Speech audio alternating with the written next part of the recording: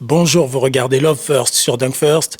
C'est des conversations que nous avons avec des personnes qui créent, qui fabriquent, qui entreprennent, mais surtout, c'est des personnes qui nous inspirent et qui nous donnent envie. Et aujourd'hui, j'ai la chance d'être avec Benjamin Sabatier, un artiste pluridisciplinaire qui nous a fait l'honneur de nous recevoir dans son atelier à Paris. Ben, comment ça va? Salut César, ça va bien, écoute. Tout va bien? Tout va bien. Ok, merci de nous recevoir dans ton atelier où il y a toutes ces belles créations. C'est un plaisir. Écoute, c'est un plaisir partagé. Dis-nous qui est Ben Sabatier, qui est Benjamin Sabatier? Alors, je suis artiste plasticien, vivant à Paris. Je suis également universitaire. J'ai un poste à l'université de Paris 1 Panthéon-Sorbonne depuis 17 ans. D'accord. Donc, j'allie l'enseignement artistique, donc plutôt la transmission des savoirs et de ma pratique artistique, et mon activité d'artiste qui développe son travail au niveau national, voire international.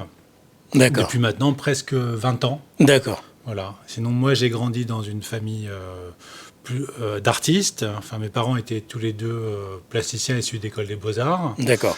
Et donc, j'ai grandi dans, on va dire, dans le milieu artistique depuis toujours. Et ce qui m'a permis de rencontrer très rapidement, très jeunes, des artistes d'envergure internationale, comme l'artiste américain Keith Haring, avec qui j'ai pu travailler, dessiner, découvrir aussi la création dès l'âge de 6 ans. D'accord. Et j'ai même dessiné avec lui, ce qui m'a donné dès ce moment-là l'envie de passer ma vie dans la création. D'accord. Donc, enfant, tu voulais déjà, tu savais déjà ce que tu voulais faire. Alors, j'étais vraiment ancré plutôt dans la question du dessin. Forcément, je voulais devenir Keith Haring, donc je dessinais, je faisais du graphisme, ainsi de suite. Je me suis pas mal tourné vers la bande dessinée dans mes années de jeunesse. D'accord. Et après tout ça, avec mes études artistiques, mes influences, peut-être mes ambitions éthiques, philosophiques, politiques, m'ont plutôt entraîné vers ce que vous pouvez découvrir aujourd'hui sur un travail plutôt orienté culture, très matériologique, où j'exploite différents matériaux issus de l'univers du chantier, du quotidien. Donc des matériaux plutôt bruts que j'essaye de transcender à travers des gestes et des formes, comme ça que j'exploite de manière un peu empirique. D'accord, ok. Je crois que tu as répondu à toutes les questions en une seule question. C'est ça qui est intéressant, mais raconte-nous justement comment est-ce que tu te souviens du moment précisément où tu t'es dit j'ai envie de faire ce métier-là et pas un autre? Alors en fait, comme j'ai grandi dans une famille d'artistes, enfin eux sont devenus artistes, mais ont développé leur activité plutôt vers les métiers de l'exposition et le commissariat. Donc ils sont plutôt devenus organisateurs de projets d'art contemporain, notamment pendant les 24 heures du Mans. J'ai toujours vécu avec des enseignants, des artistes, et déjà dès ma plus tendre enfance, tous les amis de mes parents étaient artistes. Ils avaient tous une activité d'enseignement à côté, en école d'art ou dans les collèges et lycées. D'accord. Donc déjà, j'ai toujours imaginé qu'être artiste, c'était être aussi enseignant, parce qu'ils étaient élèves, par exemple, de Claude Viala, un immense artiste des années 70 qui est encore vivant. Et c'était leur prof, donc je me dis, bon, c'est un artiste contemporain très connu, il est prof en même temps, et tous leurs amis sont aussi profs aux Beaux-Arts et artistes, donc j'avais l'impression que c'était le même métier. Oui, ça t'a paru naturel. Donc la production et la transmission, j'avais l'impression que ça allait de pair. D'accord. Donc ça, c'était déjà une chose, c'est pour ça que ça m'a lancé dans ces perspectives-là. Oui.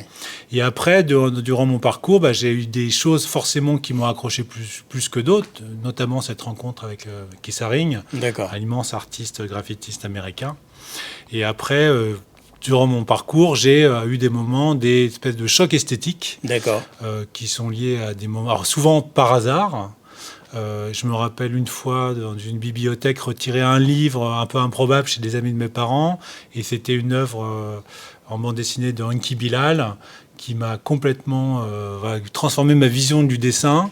Alors ça m'a pas du tout influencé graphiquement, mais d'un coup j'ai su que là il se passait quelque chose, c'était un vrai choc visuel. Et dans mon parcours, je peux même marquer mon parcours de différentes rencontres dans des bandes dessinées, du film, des œuvres, qui d'un coup ont transformé à chaque fois ma vision de la création, ma vision même de la vie, et qui m'ont à chaque fois conforté, donné encore plus envie d'aller dans cette direction-là. Je me rappelle même un peu plus tard avec mon père, quand il a acheté ses cigarettes au bureau de tabac, tombé sur les premiers albums d'Akira. D'accord. Et en couleur, colorisé par Marvel. Ouais. Et d'un coup, le premier numéro que j'ai vu, j'ai tout de suite voulu l'avoir.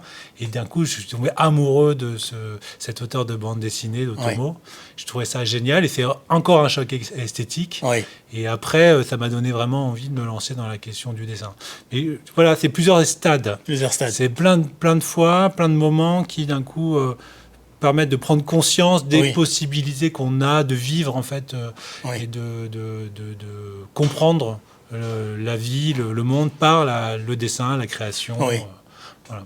Mais donc ça veut dire qu'à l'âge de 6 ans, tu savais déjà dessiner. Le dessin, c'est quelque chose que tu as appris ou c'est quelque chose du fait que tes parents baignaient dans l'art, c'était là et c'est venu naturellement en quelque sorte, parce que tu aurais très bien pu ne pas... Dessiner, oui. Dessiner. Ouais, mais tu vois, j'ai des frères et sœurs, on est 4 enfants et on n'est pas tous artistes. Alors, je dois être le seul aujourd'hui dans cette activité-là. Par contre, tout le monde savait dessiner parce que, en fait, la chose très simple, c'est que la matière première était disponible. D'accord. Et ça, c'est très, très important. Oui. C'est-à-dire que d'un coup, on n'apprend pas à dessiner. Oui. On passe à l'action et on dessine. Ok. Par exemple, on n'apprend pas à jouer au basket.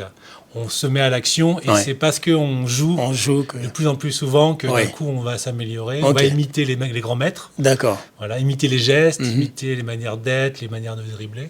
Et en fait, c'est la même dynamique. C'est simplement avoir la possibilité matérielle que ça puisse exister. En fait. D'accord. Voilà, donc ça faisait partie de mon univers. Oui. Donc ça actionnait forcément plus facilement que certains autres cette acuité, cette faculté de dessiner. Qu'est-ce qui te plaît dans ton travail au quotidien ? Qu'est-ce qui t'anime ?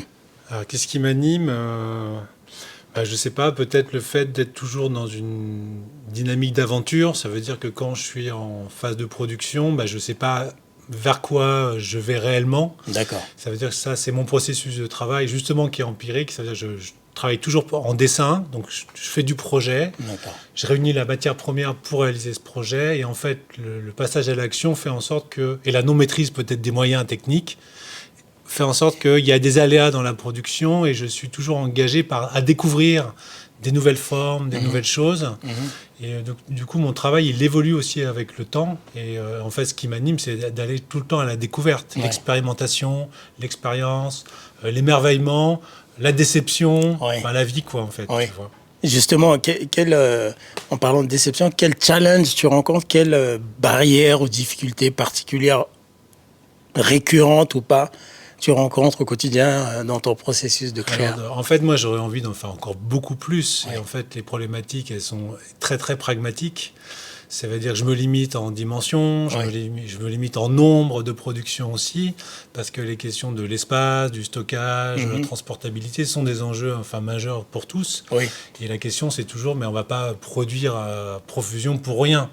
Donc le but du jeu, pour moi, c'est aussi de trouver un public et des possibilités de développer, de trouver un accueil de mes œuvres pour qu'elles puissent partir dans des collections, quitter l'atelier pour retrouver d'autres endroits à habiter et que moi me laisser de l'espace pour pouvoir avancer dans mes projets. Donc c'est vraiment très très pragmatique. Ok.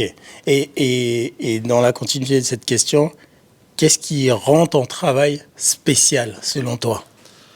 Alors, je ne sais pas si je suis en capacité de prendre assez de recul pour me retrouver c'est une question côté. Un peu j'espère compliquée. Qu'avec le temps, j'acquiers une certaine singularité à travers les processus, les matérialités. En tout cas, l'exposition chez Pacte Work in Progress, elle manifeste un peu cet engagement. Ça veut dire qu'on a 20 ans de création, comme ça. Alors, c'est pas toutes mes créations depuis 20 ans, mais c'est 20 ans de mes séries, de plusieurs de mes séries que j'ai pu réunir. Et c'est d'imaginer l'œuvre comme un parcours, avec tout ce que ça comporte d'évolution, de transformation, de déplacement aussi, parce que forcément, il y a 10 ans, je n'avais pas les mêmes envies de forme, de couleur, de matérialité qu'aujourd'hui.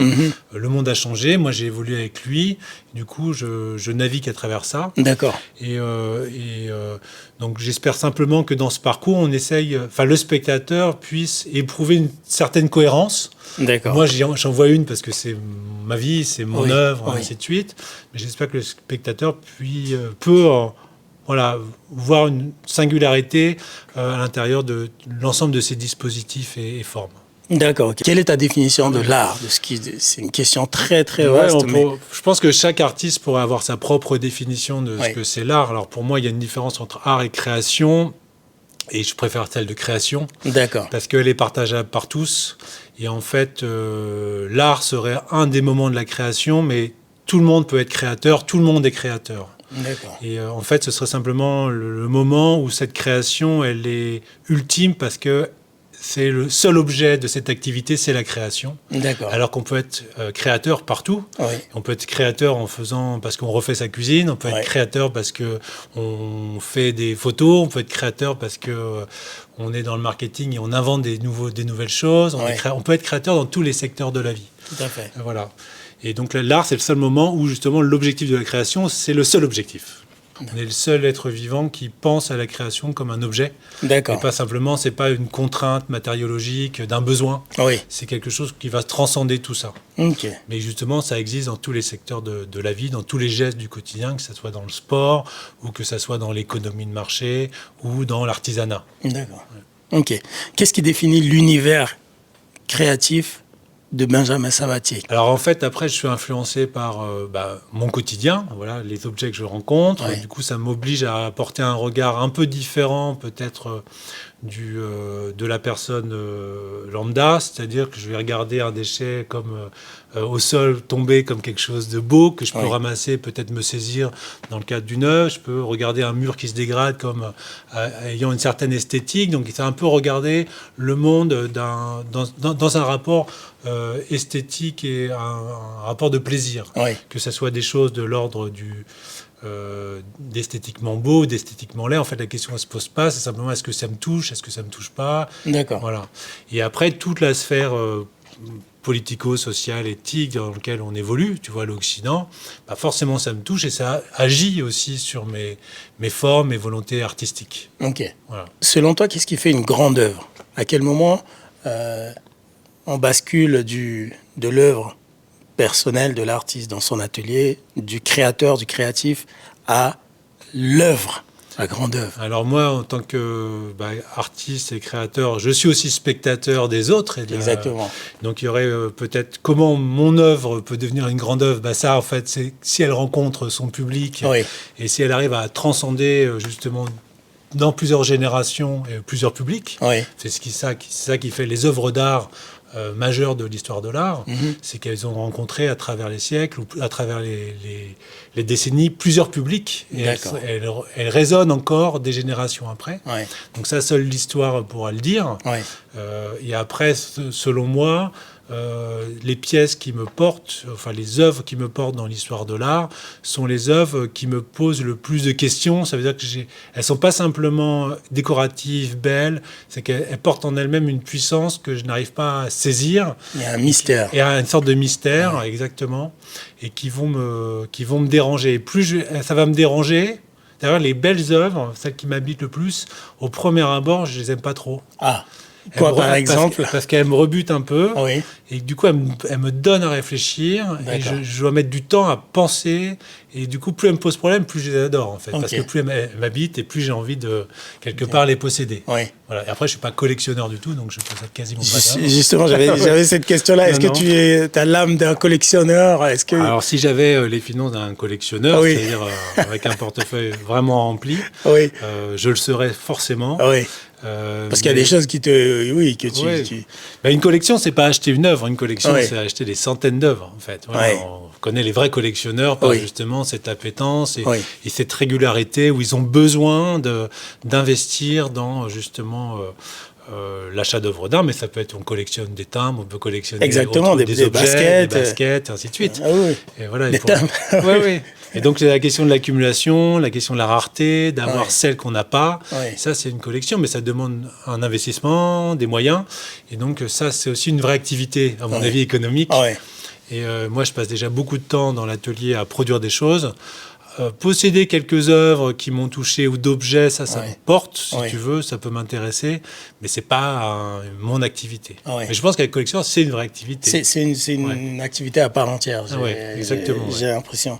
Et là, dans dans tes créations, il y a beaucoup de... Enfin, en tout cas, de ce que j'observe dans ton atelier, il y a beaucoup de ciment, il y a beaucoup de béton, il y a du bois également. Est-ce que tu as des matériaux de prédilection qui reviennent sans cesse Alors au départ, je travaillais beaucoup avec les objets issus de la consommation de masse. D'accord. Voilà, donc des punaises colorées, des rouleaux de scotch, ce qu'on peut voir un peu aussi dans l'exposition. Et puis petit à petit, en fait, le plâtre, puis le béton ont commencé à s'immiscer à l'intérieur de processus.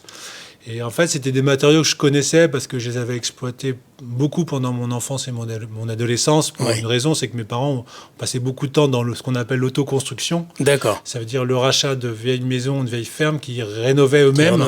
Et nous, on passait, moi et mes frères et sœurs, nos vacances à rénover ces maisons. D'accord. Donc à faire de l'apprenti maçon, l'apprenti charpentier. Voilà. Et ça a aussi construit peut-être aussi mon identité personnelle dans le choix des matériaux. Et en fait, ce ne sont pas vraiment des choix, c'est des matériaux qui sont plutôt imposés à moi. Et petit à petit, tu vois, le béton a pris de plus en plus de place et est quasiment devenu omnipotent dans ma matériologie. D'accord. Donc je l'ai exploité de toutes les manières possibles, dans les textures, les rendus, les moulages. Et d'ailleurs, on a un petit joke pour Dunk First juste derrière nous. C'est le moulage d'un ballon Spalding. Voilà, Qu'est-ce qui a inspiré ce ballon d'ailleurs ? Alors en fait, ça c'est une œuvre particulière parce qu'elle n'a jamais été exposée. C'est un cadeau que j'ai réalisé pour mon fils, qui est basketteur. Voilà. Et donc c'est un vieux ballon de basket Spalding que j'ai moulé en béton et en laissant la matière béton réapparaître en son centre comme si elle dégoulinait de sa matière brute. Donc là, on a donc la matière brute du béton, grumeleux, et là on a l'empreinte de la marque Spalding qui apparaît.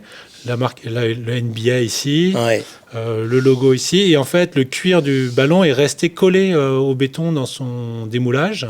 Et donc, on a ces traces comme ça de l'objet d'origine. Magnifique. Et là, on a le ballon de basket en pur béton. Donc, ça fait à peu près 20 kilos.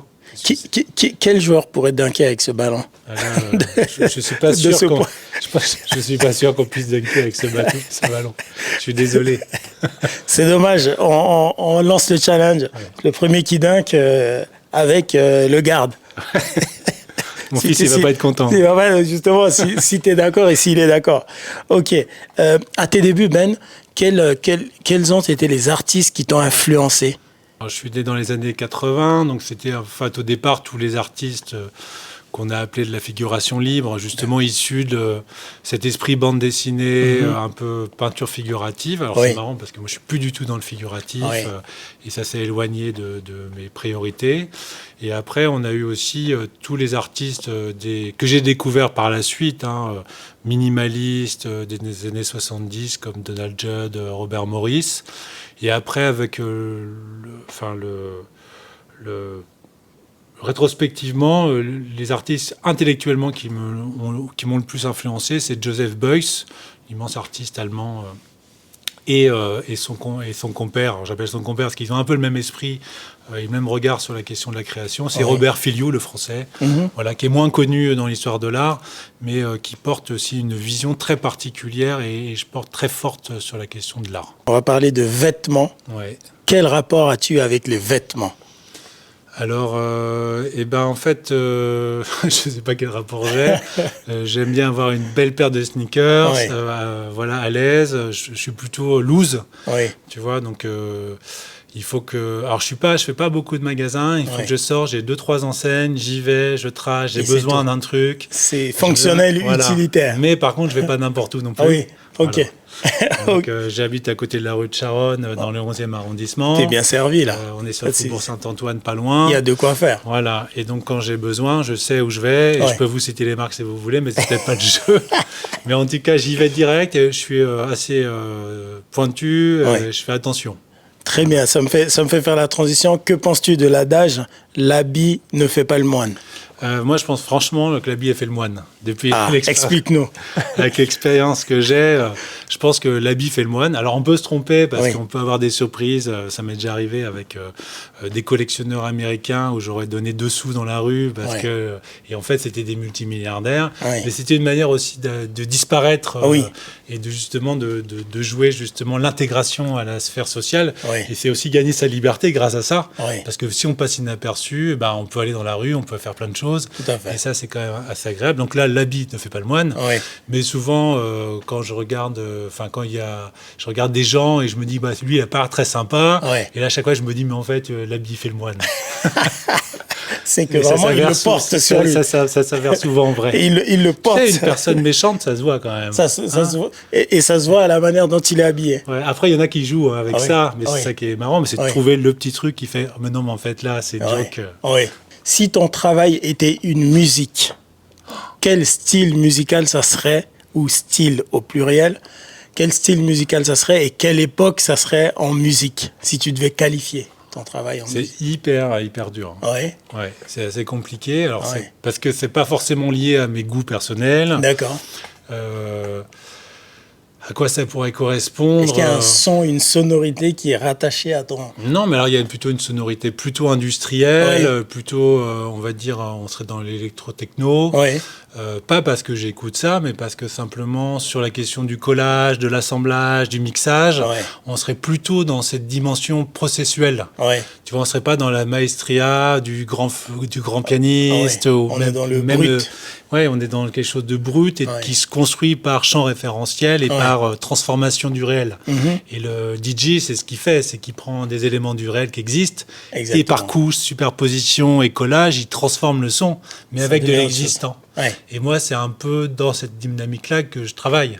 Voilà. Après, sur la dimension peut-être sociale, plus revendicative politique, je serais plutôt dans le rap. Tu vois. Okay. Mais du coup, il sera plus éloigné, alors pas de mon esthétique, mais pas forcément de ce que j'aime dans la musique. C'est la dimension poétique aujourd'hui, elle est dans le rap. Quoi. Oui.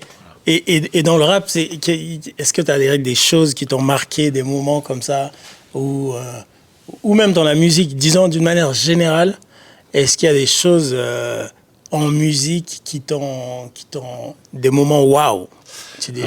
Après, c'est plutôt lié à des époques ou tu vois, des découvertes. Et le moment le plus important pour moi, musicalement, c'est justement cette transition où j'ai découvert le rap assez tardivement, mais je l'ai découvert par Rage Against the Machine. Ok. Voilà, avec cette dimension politique, ce rap lié avec du gros son rock et hard rock, et c'était vraiment assez puissant pour moi parce que j'ai été fasciné aussi par ce groupe et ce chanteur. Et d'une manière générale, dans la création, pour parler vraiment généralement, est-ce que tu as des moments comme ça qui t'ont marqué? Est-ce que tu as 3 moments, si on devait définir 3 moments dans la création, toutes disciplines confondues, qui t'ont marqué, où tu te dis, j'ai vécu ce moment, tel moment, ça a été un moment fort? Et en fait, je me rappelle 2 moments comme ça un peu dans ma vie, de rencontres d'une bande dessinée que tu ouvres dans une bibliothèque par hasard, puis d'un coup ça te révèle quelque chose, ça transforme ta vision du dessin et de la création.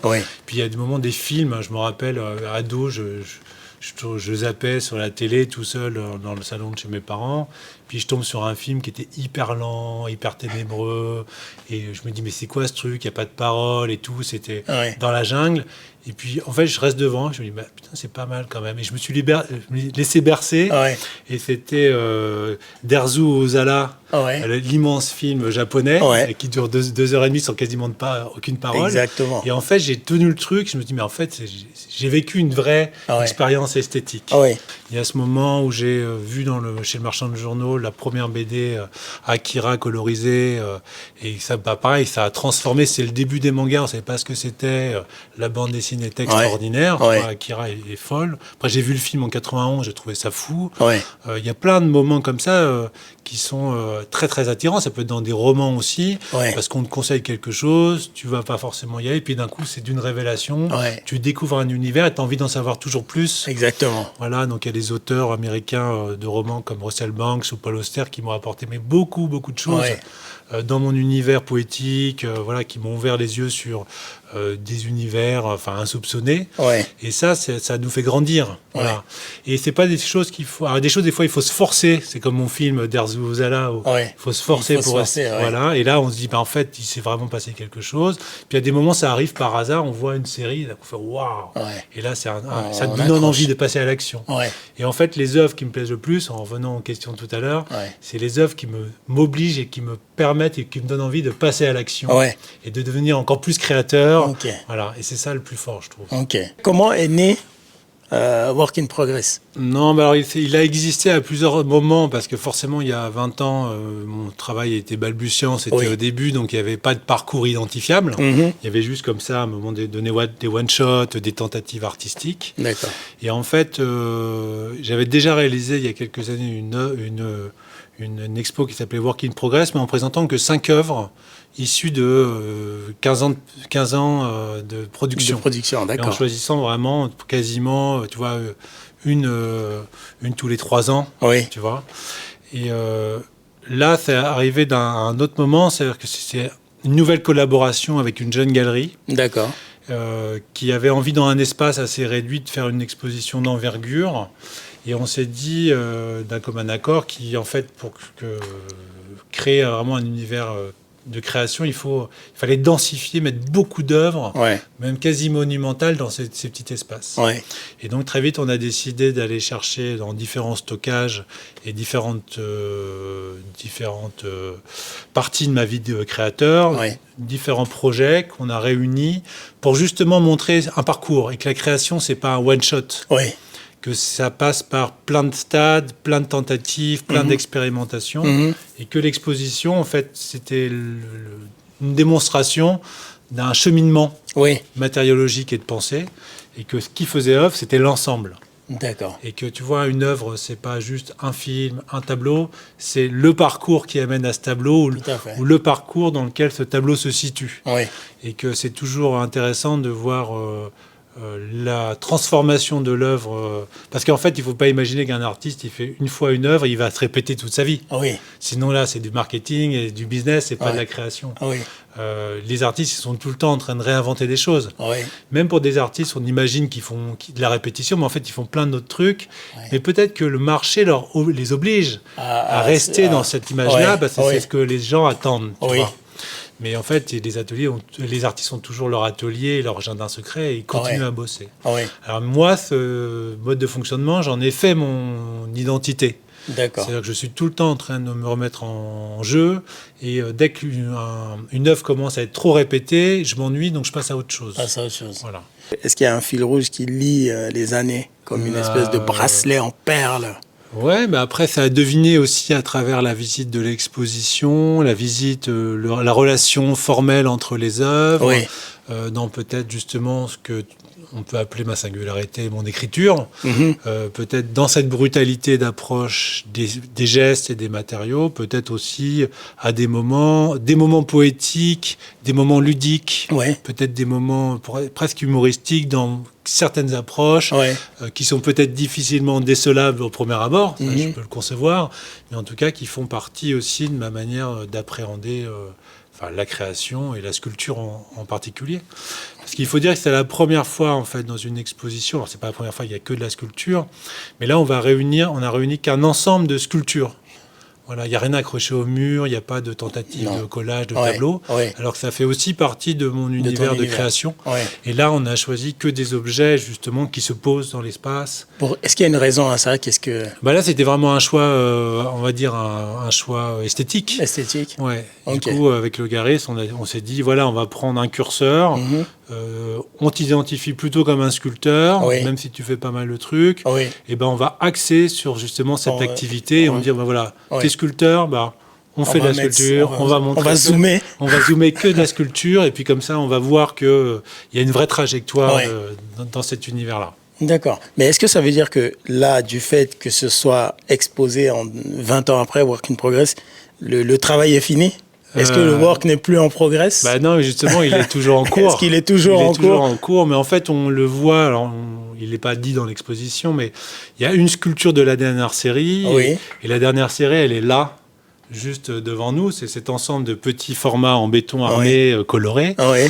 Et en fait, la prochaine exposition qui a lieu le 12 mars prochain à la galerie Renos Xipas à Paris, au Veille du Temple, elle est basée que sur ce nouveau processus. D'accord. Voilà. Ok. Et presque l'exposition Pâques s'annonce presque comme l'introduction de cette nouvelle série qui va être dévoilée en juin à Paris. Qu'est-ce qu'on doit retenir, s'il y avait quelque chose à retenir? L'idée de Work in Progress? Et ben en fait, c'est un peu l'éthique, du coup, Oui. ou ma politique. Oui. C'est-à-dire donner aussi envie parce qu'à des moments on peut avoir l'impression que certains gestes artistiques sont hyper simples. Oui. Parce qu'ils sont donnés mais ce n'est que ça en fait. Oui. Et en fait c'est contrebalancé aussi par des effets techniques et de simplification de la création.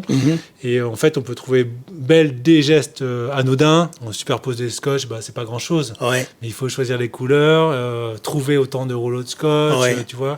Et en fait c'est passer à l'action. C'est-à-dire que la création elle est dans les mains entre chacun, elle est entre les mains de chacun.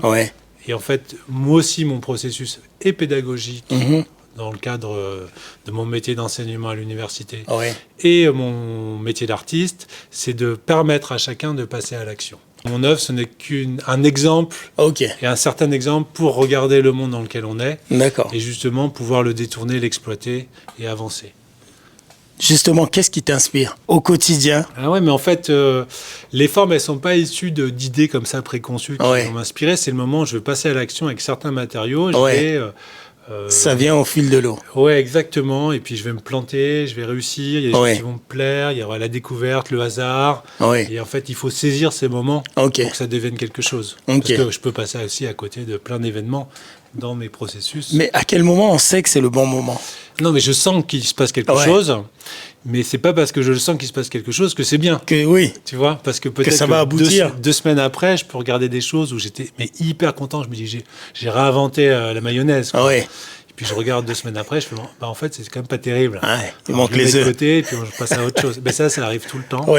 Et en fait, ce qui va provoquer généralement les projets d'exposition, c'est plutôt la rencontre. Avec quelqu'un d'extérieur. Donc là, par exemple pour Pâques, c'est le galeriste, le propriétaire de la galerie. Qui est venu à l'atelier, qui a motivé le projet d'exposition et pour lequel j'ai pu travailler dans l'optique qu'on s'était fixé. Dans la vie, quelle valeur tu trouves stylée? Simplement l'humanisme, l'acceptation de chacun. Je pense que c'est le plus important. Moi, j'ai énormément d'empathie pour les autres. Et en fait, j'essaie de porter ça aussi à travers ma manière de vivre, ma manière d'être, et puis aussi à travers mes créations. Quelle est ta citation préférée? Do it yourself. De qui? De tout le monde. C'est de tout le monde. Pourquoi c'est ta citation préférée? Parce que c'est quelque chose qui m'a toujours motivé en me disant j'aimerais bien faire ça, vas-y. C'est super ce qu'il fait, fais-le. Tu vois. Et d'un coup, c'est... Mais c'est dans le sens de le faire parce que tu as envie de le faire, ou c'est dans le sens où il ne faut pas compter sur les autres? C'est un peu dans l'autre sens, c'est-à-dire, ou peut-être que c'est pas qu'il faut pas compter sur les autres, mais attends pas des autres ce que tu peux mettre en action toi-même. D'accord. Donc ça n'exclut pas la collaboration, par exemple. Non, pas du tout. Mais d'ailleurs, le do it yourself, c'est un principe collaboratif au départ. Ça veut dire on passe à l'action ensemble. Voilà, on découvre les choses ensemble parce qu'on a forcément des choses à partager. Et tu apprends des autres, et toi, tu peux donner aussi des choses aux autres. Et c'est dans cette dimension de partage que la philosophie du do-it-yourself s'est construite aussi dans les années 70. Voilà. Est-ce qu'un artiste, c'est un rebelle? Pas forcément. Non. Je pense qu'il y a autant de rebelles chez les artistes que de rebelles en politique ou dans la société. On n'est pas forcément artiste maudit pour être un bon artiste. Tu vois, il y a aussi des histoires comme ça, des légendes.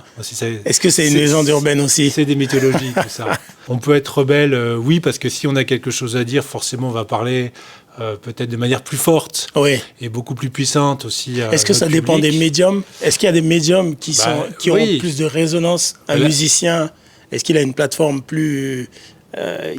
avec beaucoup plus d'écho? Oui, parce que c'est aussi une sphère culturelle qui est beaucoup plus ouverte et plus populaire. Voilà.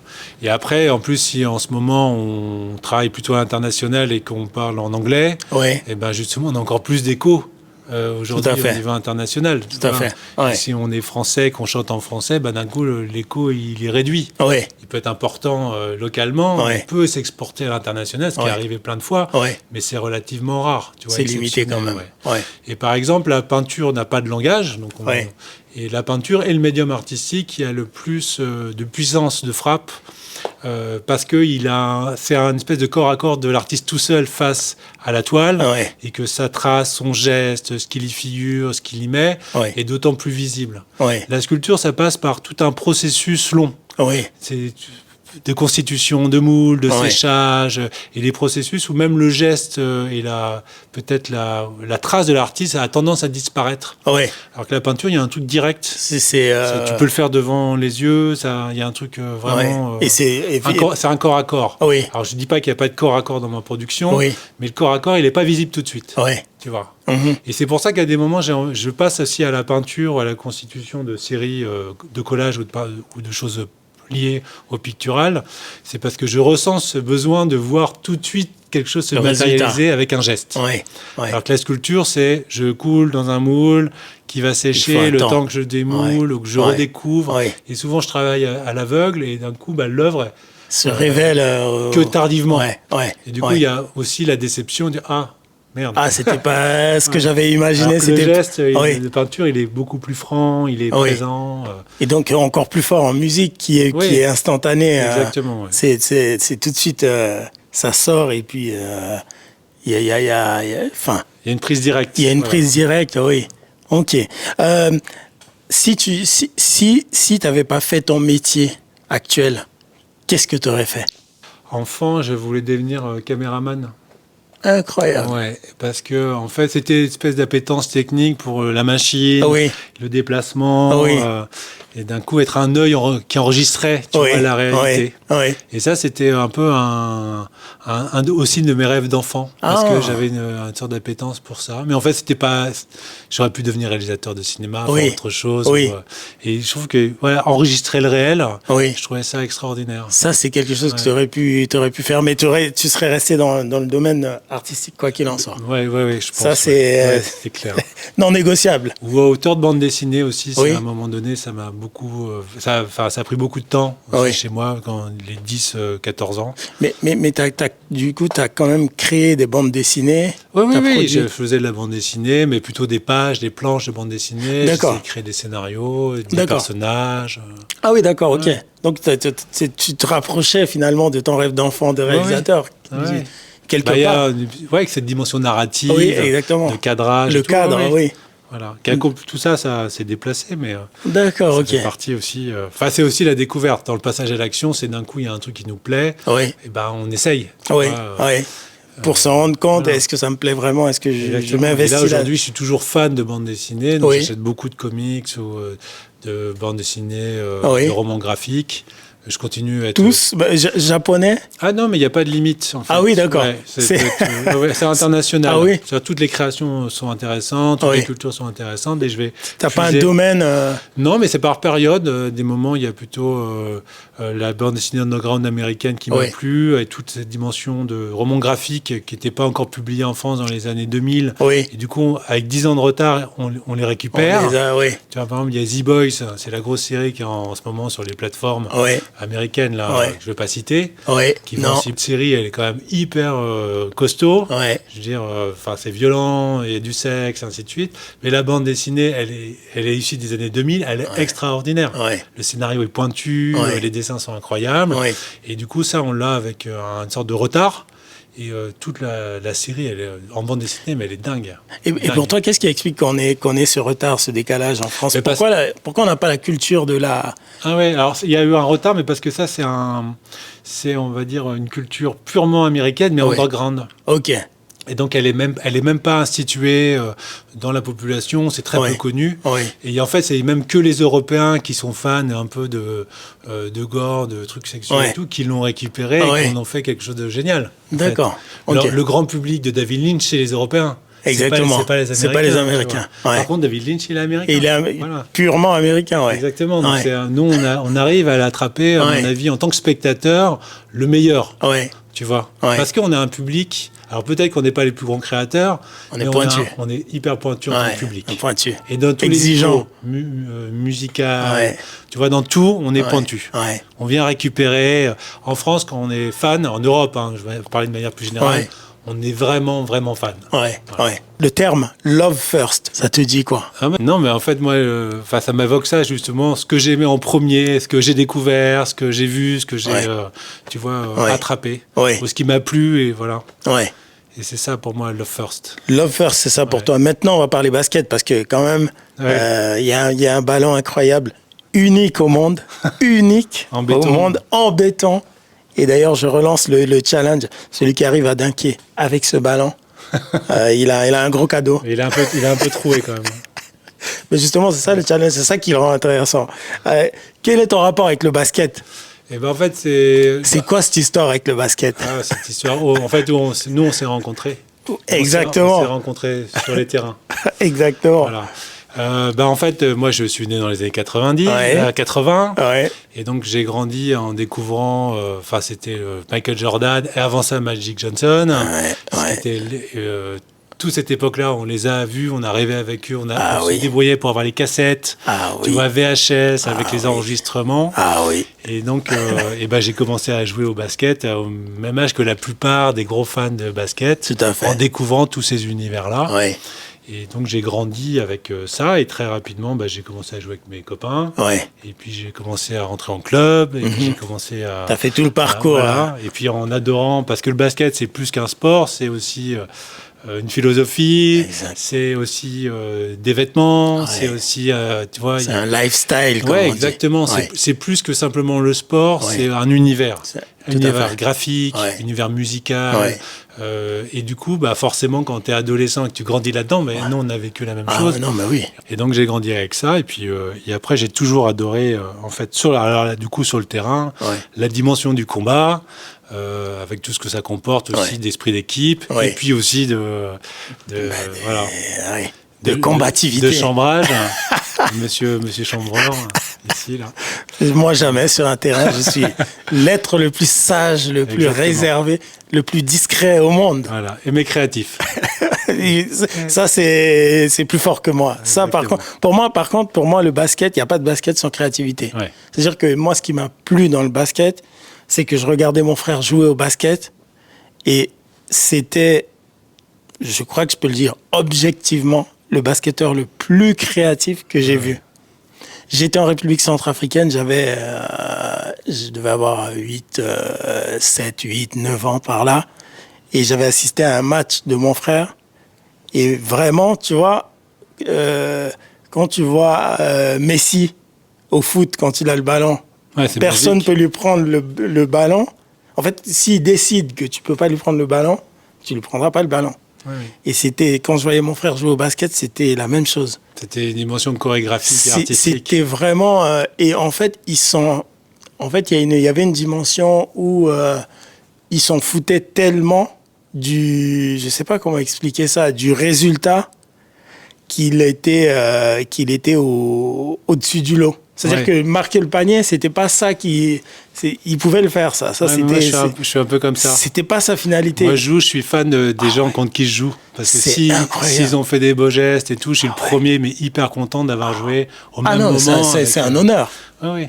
Et moi, je dis toujours à mon fils, moi, le but du jeu, c'est pas de les mettre, les points. C'est d'avoir le geste le plus pur et le plus beau. Le plus beau. Voilà, il faut le beau dribble. Tu perds la ballon, c'est pas grave, mais ton dribble, il était super. Oui, t'as raté ton 3 points, t'as fait un boule, mais ton geste, il était génial. Mais moi, je crois que c'est ça qui rend les grands joueurs. C'est pas l'accumulation de. Et ça, tu vois, c'est une émotion esthétique. Exact. Ça construit un rapport au monde, ça construit un rapport à la beauté aussi. Mais moi, c'est vraiment le basket, c'est purement esthétique pour moi. Ouais. J'ai jamais vu le basket comme quelque chose comme une finalité une activité où la finalité c'est de mettre le panier et c'est terminé. Mais moi, je suis exactement comme toi. Mais c'est pour ça aussi qu'on s'est entendu sur le terrain. Mais je suis quand même compétiteur. Ah oui. Mais à la rigueur, à la fin, si j'ai perdu, mais que le match a été beau, que ça a été un beau match. Ouais, ah oui. Et ça, c'était top. Et ça, je trouve que dans le basket, ça, c'est quelque chose que j'aime, c'est qu'on a cette humilité, j'ai envie de dire, où quand tu perds face à quelqu'un qui est vraiment créatif en face, chapeau.